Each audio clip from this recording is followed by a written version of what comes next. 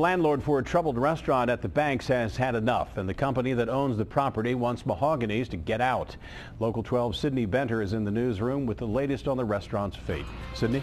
Thanks, Rob. The owner of Mahogany's, Liz Rogers, says she's not going anywhere. That's despite a letter from the bank's leasing agent telling her to close up shop. The state closed the restaurant last week for not paying sales taxes. The space's landlord, gave Mahogany's 4 days to reopen or else its lease would be terminated.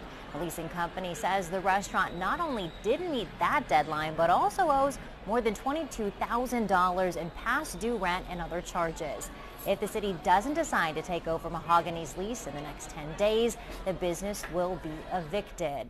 Liz Rogers tells Local 12, quote, "I'm not leaving. I will continue to put my rent in escrow."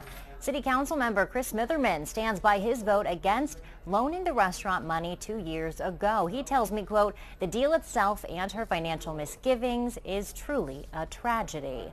Liz Rogers' attorney says despite the landlord's claims, last month's rent has been paid in full. He also says the business is paid up on all state taxes. He says the restaurant's closure by the state doesn't breach the lease. Only a voluntary closure by the owner would do that. The attorney adds that all the bad publicity has chased off 3 potential major investors. For now, its doors are still open. Back to you, Rob.